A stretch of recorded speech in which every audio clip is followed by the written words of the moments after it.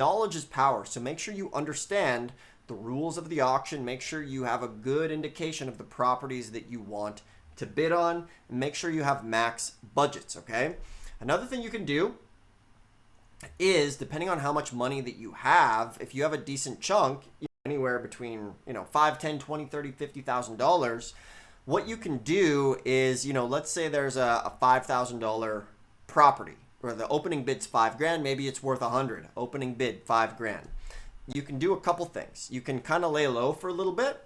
You might be going up, 5,000 to have 6,000, 6,500. You could just go boom, 20,000. Just jump it, out of the gate. And if it's a $100,000 property, no biggie.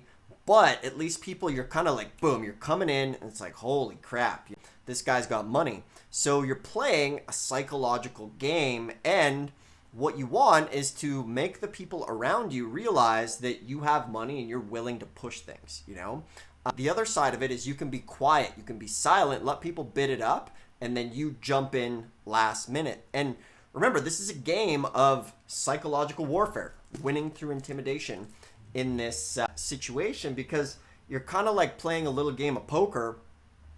People don't quite know, like, who is this guy? How far will he go? So that is a big part of competitive auctions, is just playing that game. And remember, arrive early, see who's there.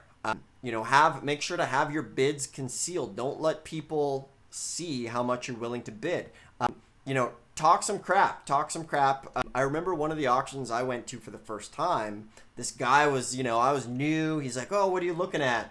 And he was like, oh man, that property's in a terrible area. I'd avoid it. And sure enough, who's bidding against me? So I kind of learned really early in that regard. So your body language matters, head up high, shoulders back. You can be at the back, you could be at the front, wherever you are. Just conduct yourself and show confidence, okay? When you say that bid, yell it, put it up there, be confident, and bid with a purpose, okay? Watch other people, see how their style of bidding is, okay?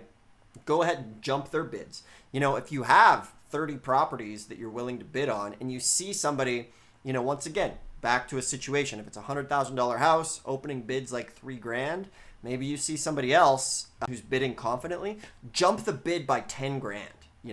Just do it, because it's a strategic play to psychologically intimidate the others around you, of like, oh shoot, this guy's not messing around. We don't know where he's going to stop, so that they know if you get in the mix, it's like, right, you're playing that game. You're playing a game of chicken, and this is how you do it. It's a lot of fun.